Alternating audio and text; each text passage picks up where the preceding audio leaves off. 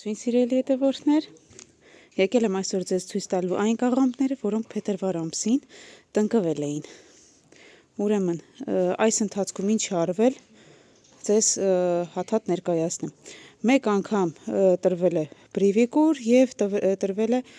B58 որդի համար։ Որդի համար կարող եք նաև, եթե չեմ սխալվում, անտրակոլ կարող եք տալ, որտեվ գիտեք, որ կաղամբը, այսպես ասած, թրթուրները ուտում են կաղամբին եւ շատ կարեւոր է, որ որդերի դեմ կարողանաք պայքարել։ Կաղամբը շատ ջրասեր բույս է, մանավանդ գարնան կաղամբը հիշեք, որ միշտ պիտի խոնավ լինի։ Եթե կաղամբը արդեն գլուխ է բռնում եւ սկսում է արդեն տերևները այսպես փաթաթել, այդ ժամանակ կարող եք անգամ ամեն օր ջրել, որովհետեւ ինչպես ասում են, կաղամբը տեղով ջուր է։ Այսպես սիրելի հետևորդներ, ցանկացած ես ցույց տալ կաղամբները, սրանք վաղահաս տեսակի կաղամբներ են։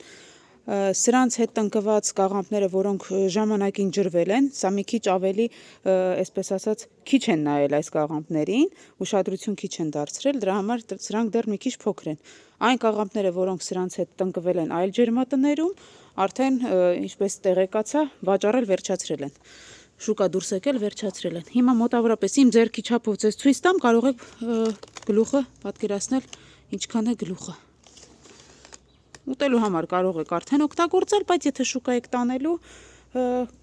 մոտավորապես 1-2 շաբաթ էլ կարող եք պահել ու արդեն դուրս կգան շուկա։ Շատ լավ, շատ քաղցրահամ կաղամբներ են, երկուսը արդեն կտրել են, որ աղցան պատրաստեմ, շատ հիանալի կաղամբներ են, սիրելի հետևորդներ։ Առանձնապես մշակություն չի պահանջում կաղամբը, միայն թե ժամանակին կարողանաք ջուրը տեղը պահել,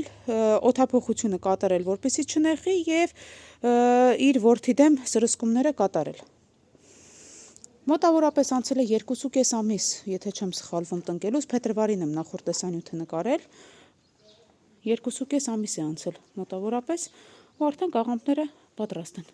Սրանք վաղ գարնանը տնկվող մշակաբույսեր են, որոնք տնկվում են մինչև հիմնական ջերմատներում հիմնական բերքը կտնկվի։ Այսպես սիրելի հետևորդներ, այսքանը, դե ինչ լավ մնացեք, կհանդիպենք։